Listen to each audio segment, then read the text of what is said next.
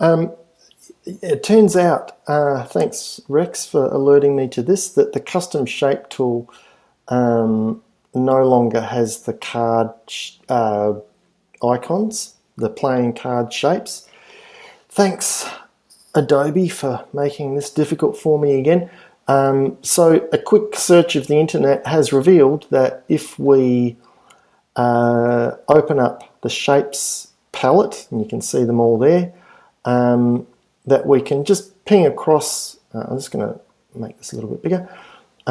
We can just go ahead to that palette, into the option menu, and choose Legacy Shapes and More. And I believe that in all Legacy Shapes, Default Shapes, and Shapes, there we go. We'll see the playing card. The club, the heart, the spade, and the diamond. Whew! All right, too easy.